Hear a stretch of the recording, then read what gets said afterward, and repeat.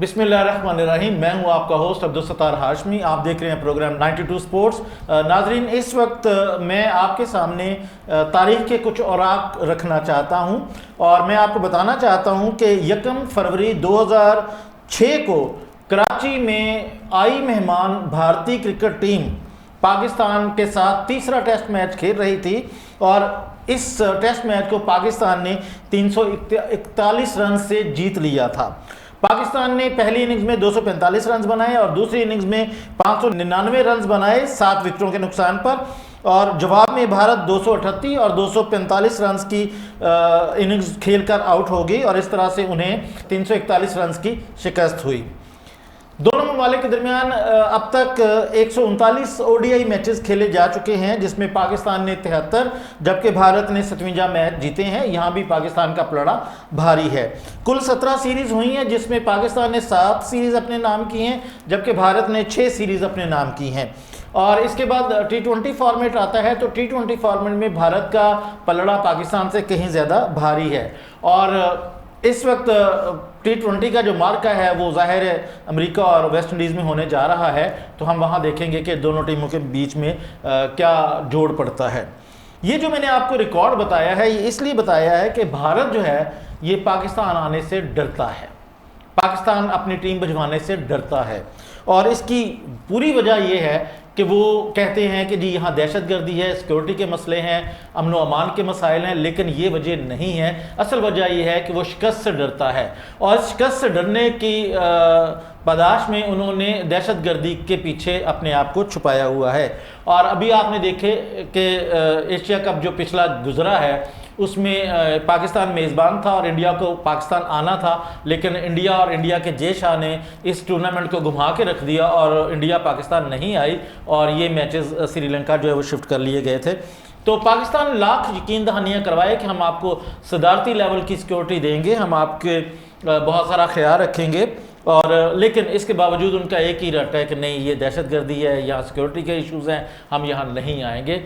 अच्छा, अब मैं आपको ये बताऊँ कि कुदरत का भी एक निज़ाम होता है ना, हम इसको जवाब तो दे सकते हैं, भारत को जवाब देते भी हैं। और इस वक्त मोहसिन नकवी साहब ने ये कहा भी है कि चैंपियंस ट्रॉफी जो है वो पाकिस्तान में ही होगी, किसी ने आकर खेलना तो खेले, नहीं आना तो ना आए, हमें इससे कोई गरज नहीं है। तो ये एक वाज़ेह पैगाम हिंदुस्तान को दिया है और वहाँ से अब पैगामात आना शुरू हो गए हैं। जैसे रोहित शर्मा ने भी बात की है कि वो लोग पाकिस्तान के साथ खेलना चाहते हैं। तो ये होता है जब आंखों में आंखें डालकर बात की जाए तो उसका असर होता है। अदरवाइज़ अगर आप इस्तेमाल होना चाहें तो आप हर वक्त इस्तेमाल हो सकते हैं। तो मैं आपको बताऊं कि कुदरत का निज़ाम ये है कि कल आईपीएल के प्लेऑफ मैच में आरसीबी जो है वो अपना मैच हार गई। अच्छा, अब आरसीबी जो है वो प्लेऑफ जाने के लिए हारते हारते जीत गई और प्लेऑफ में जीतते जीतते हार गई। आप जानते हैं कि इसके हारने की बड़ी वजह क्या है? आप ये कहेंगे कि इनके खिलाड़ियों ने वो परफॉर्मेंस नहीं दी जिसकी तवक्को की जा रही थी। ऐसा भी नहीं है, परफॉर्मेंस भी अच्छी थी, सारा कुछ अच्छा था, लेकिन यहाँ पर एक ऐसा वाक़या हुआ है जिसने सबको हिला के रख दिया है। और वो वाक़या ये है कि ये मैच जो है वो नरेंद्र सिंह मोदी वज़ीर आज़म हिंदुस्तान के शहर गुजरात और अहमदाबाद में होने जा रहा था और वहाँ पर विराट कोहली की टीम आरसीबी खेलने के लिए जब गई तो सबसे पहले विराट कोहली को शदीद थ्रेट्स दिए गए। दहशतगर्दों ने उनको बहुत सारा डरा दिया, बहुत सारी धमकियां दे दी, जिसकी वजह से वो अपने कमरे तक महदूद हो गए और इसका नतीजा ये निकला कि वो गुजरात कॉलेज ग्राउंड में जो प्रैक्टिस सेशन करने जाना था वहाँ ना पहुँच सके, बल्कि वहाँ की जो इंतज़ामिया ने फुल प्रूफ इंतजाम करने के बावजूद भी कोहली को और कोहली की टीम को ये कहा कि आज आप प्रैक्टिस ना ही करें। अब आप मुझे ये बताएं कि विराट कोहली जैसे लेजेंडरी और वर्ल्ड क्लास प्लेयर्स को जब थ्रेट्स जाएंगे तो डेफिनेटली उनकी कारकर्दगी मुतासर होगी और यही वजह है कि अहमदाबाद में इस मैच में आरसीबी वो कारकर्दगी ना दिखा सका जो उनकी नेचुरल थी। और वहाँ पर जाहिर एक विराट कोहली जो है जब वो ग्राउंड में उतरे होंगे तो उनके माइंड में ये होगा कि मुझे थ्रेट्स है, मुझे किसी तरफ से भी निशाना बनाया जा सकता है। तो इस डर के साथ जब वो खेल रहे थे तो जाहिर है वो फिर वो अपनी परफॉर्मेंस नहीं दे सकते थे। पुलिस ने इस ज़िम्मन में 4 लोगों को गिरफ्तार भी कर लिया है, लेकिन ये एक कुदरत का जवाब था कि आप जिस मुल्क को दहशतगर्दी की वजह से इग्नोर कर रहे हैं और वहाँ जाने से आप बाज रहते हैं, तो आपके अपने मुल्क में, आपके अपने ग्राउंड में, आपके अपने होम ग्राउंड में ये थ्रेट्स आते हैं, तो आप वहाँ क्या कर लेंगे? अब इसका मतलब युवा के भारत को चाहिए कि वो IPL ही बंद कर दे, क्योंकि वहाँ तो बहुत सारे थ्रेट्स आए हुए हैं। तो भाई लोगों, ये एक कुदरती अमल है और ये बात, ज़िंदगी मौत अल्लाह ताला के हाथ में है, और जब मौत ने वार करना है तो कोई उसको रोक नहीं सकता। हाँ ठीक है, आप अपनी सिक्योरिटी मेजर्स जो है वो पूरे रखें, सिक्योरिटी के इंतज़ामात अच्छे रखें, तो हम आपको अभी भी ऑफ़र कर रहे हैं। बल्कि आपके लिए हमने ये कहा है कि चैम्पियंस ट्रॉफ़ी के आपके दोनों मैचेस लाहौर में रख दिए गए हैं, क्योंकि लाहौर और वाघा बॉर्डर का फासला कोई 18 किलोमीटर का है, तो यहाँ से भारतीय टीम बड़े आराम से आ सकती है और बड़े आराम से जा सकती है। तो हम उनको सदारती लेवल की सिक्योरिटी भी देंगे, तो इस तरह से आपका जो मकसद है वो पूरा हो जाएगा, और दोनों मुल्कों के बीच में जो एक अरसा दराज से क्रिकेट नहीं हुई वो भी हो जाएगी, क्योंकि दोनों मुल्कों के लोग क्रिकेट लवर्स हैं और वो एक दूसरे के साथ मैच खेलना देखना पसंद करते हैं। और आपको अंदाज़ा भी होगा कि अभी जो वर्ल्ड कप का पहला मैच 9 जून को पाकिस्तान और भारत के दरमियान में हो रहा है, उसमें सबसे ज़्यादा महंगी टिकटें, दुनिया की महंगी तरीन टिकटें जो हैं वो उसमें रखी गई हैं, जिसमें कम अज़ कम जो टिकट है वो 4.5 लाख रुपए की है।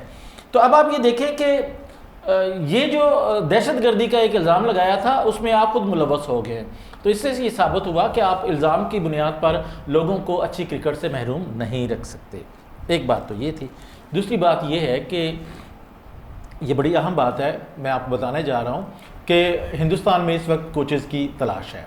उन्हें अपने हेड कोच के लिए कुछ नामों को उन्होंने दावत दी है, लेकिन अफसोस के बाद ये कहा जाता है कि सबसे पहले रिकी पॉन्टिंग ने हिंदुस्तान की जो कोचिंग है उससे माजरत कर ली। उसके बाद जस्टिन लिंगर ने भी इनकार कर दिया। उन्होंने कहा कि बड़ी अच्छी ऑफ़र है, पैसे भी अच्छे हैं, सब कुछ अच्छा है, लेकिन सॉरी मेरे पास वक्त नहीं है, मैं हिंदुस्तान की कोचिंग नहीं कर सकता। अच्छा, इसकी वजह क्या है? इसकी वजह ये है कि पैसे ही सब कुछ नहीं होता, एटीट्यूड और रवैया भी कुछ होता है। हिंदुस्तानियों का ये प्रॉब्लम है कि वो बड़े बदलिहाज हो जाते हैं और ऐन मौके पर जाकर सारा क्रेडिट खुद ले जाते हैं, और जिसकी मेहनत होती है उसको पसे पुष्ट डाल देते हैं। अगर आपको नहीं यकीन आता तो 2011 में हिंदुस्तान टीम के जो कोच थे वो गैरी क्रिस्टन थे, जो इस वक्त हमारे कोच हैं, और उन्होंने हिंदुस्तान को दूसरा वर्ल्ड कप जो है वो जितवा दिया था। तो अब आप बताएं कि जब हिंदुस्तान जीत गया तो उन्होंने सारा क्रेडिट अपने खिलाड़ियों और कप्तान को दे दिया, और गैरी क्रिस्टन को इस क्रेडिट की दुनिया से बाहर ही निकाल दिया, जिसका उन्हें अफसोस है। अच्छा, कोचेस की इस दुनिया में असल खबर मैं बताने लगा हूँ कि कोचेस की इस दुनिया में जिन लोगों ने अप्लाई किया है या जिनसे रब्ता किया जा रहा है, उसमें एक नाम गौतम गंभीर का भी है। गौतम गंभीर जो है वो हिंदुस्तान के एक बड़े ज़बरदस्त खिलाड़ी रहे हैं, लेकिन उनकी एक आदत है कि वो बहुत ज़्यादा गुस्सीले हैं और गुस्सा हमेशा उनकी नाक पे रहता है। और यही वजह है कि पिछले IPL में उनकी विराट कोहली के साथ अच्छी खासी लड़ाई भी हो गई थी और बात गालियों और हाथापाई तक आ गई थी। तो गौतम गंभीर जो हैं वो भले गुस्से हों, जो भी हों, लेकिन उनकी एक खूबी जो मैं आपको बताना चाहता हूँ, जो उन्हें एक मुमताज़ और एक बड़ा इंसान बना देती है, वो खूबी ये है कि वो ये कहते हैं कि मैं नहीं समझता कि मैं इस उम्र में 12-12 घंटे कमेंट्री करूं, मैं इस उम्र में नेट प्रैक्टिस करूं, मैं इस उम्र में लोगों को खेलना सिखाऊं, मैं इस उम्र में सारा दिन ग्राउंड में बैठा रहूं, और इसलिए नहीं कि मेरे पास पैसे नहीं है, मैं इसलिए ये सारा कुछ कर रहा हूं। अगर मैं ये सारा कुछ ना भी करूं तो मेरे पास इतने वसाइल हैं कि मैं ज़िंदगी आराम से गुजार सकता हूं, लेकिन मैं एक कॉज के लिए 3.5 करोड़ सालाना खर्च करता हूं, और उस 3.5 करोड़ को कमाने के लिए मुझे इतनी मेहनत करना पड़ती है, वरना मेरे घर में कोई नोटों वाला दरख्त तो नहीं लगा हुआ जहाँ से पैसे उतरते जाएंगे और मैं लगाता जाऊँगा। और वो जो उनका सोशल और नोबल कॉज है वो ये है कि उन्होंने एक फाउंडेशन बनाई है जहाँ पर वो 1 रुपए की थाली देते हैं, 1 रुपए का खाना देते हैं, यानी 1 रुपए की वजह एक थाली देते हैं जिसमें एक पूरे बंदे का खाना होता है, और 1000 लोग जो हैं वो उनके दस्तरखान से खाना खाते हैं, जिस पर उनका सालाना 3.5 करोड़ रुपए खर्च आता है। और हिंदुस्तान में इन्होंने 5 दस्तरखान बनाए हुए हैं जहां पर 2 टाइम का खाना जो है वो उन लोगों को दिया जाता है जिनके पास वसाइल नहीं होते या जो भूखे पेट सोते हैं। तो गौतम गंभीर कहते हैं कि मुझे होता है कि पैसे बहुत ज़्यादा खर्च होते हैं, जब मैं इन लोगों को खाना खाते देखता हूं तो मुझे एक अनजानी सी खुशी होती है और मैं इस खुशी के हसूल के लिए इतनी मेहनत करता हूं और इतने पैसे खर्च करता हूं। तो ये एक बड़ी ज़बरदस्त बात है। गौतम गंभीर को मॉडल बनाकर, रोल मॉडल बनाकर बाकी क्रिकेटर्स को भी इसको फॉलो करना चाहिए, इस तरह के प्रोग्राम में हिस्सा लेना चाहिए और दुखी इंसानियत की खिदमत करनी चाहिए। तो नाजरीन, ये आज का मेरा व्लॉग है, मुझे आपके तबसरे की ज़रूरत है, ज़रूर दीजिएगा। अपना बहुत सारा ख्याल रखिए। अल्लाह हाफ़िज़।